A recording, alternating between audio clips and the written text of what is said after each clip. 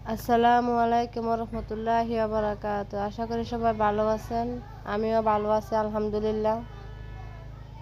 তো আমার মতো কার কার যেদিন বাজার করা হয় ওই দিনকে দুপুরের খাবার খাইতে হয় বিকাল 4টা বাজে। তো আমারও আজকে বাজার করা হয়েছে। তো এখন বাজে বিকাল 4টা, রান্না বান্না শেষ করে গোসল টোসল করে আসলাম। আজকে আবার কারেন্ট নাই। আজকে আমাদের এখানে রায়পুরা বুধবার শনিবার প্রায় সময় সারাদিন কারেন্ট থাকে না, রাস্তার কাজ করতেছে এর জন্য।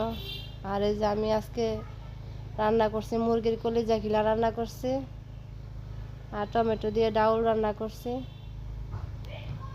ভাত রান্না করছি, আর টমেটো দিয়ে শসা দিয়ে লেবু কাঁচামরিচ সালাদ তৈরি করছি। তো এখানে আমার ছেলের জন্য ভাত নিয়েছিলাম, ওর খিদা লাগছে। এখন বলতেছে মাইখা খাইবো না হাত দিয়া, মা খাই দিলে তারপরে খাইবো। তো ওরে ভাতটা আগে মাখাই দিলাম।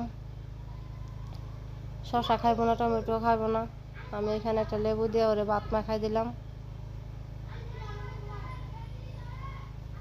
আজকে সময়টা বেশি হয়ে গেছে, দেরি হয়ে গেছে রান্না বান্না। তো সবাই কেমন আছেন? আশা করি সবাই ভালো আছেন।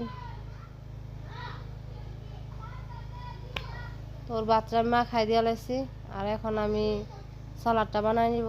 তো এইভাবে সালাদ বানায় খেয়ে দেখবেন, অনেক ভালো হয়, মজা লাগে খাইতে।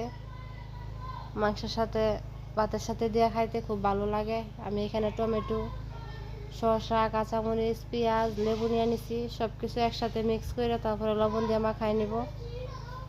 আর লবণটা সবাই পরে দিবেন, যখন খাবেন তখন লবণ দিয়ে মাখাবেন। আগে যদি মাখাই নেন তাহলে পানি উঠবে। তো আমি এখানে লবণ টবণ সব কিছু একসাথে দিয়ে এখন মাখাই নিব।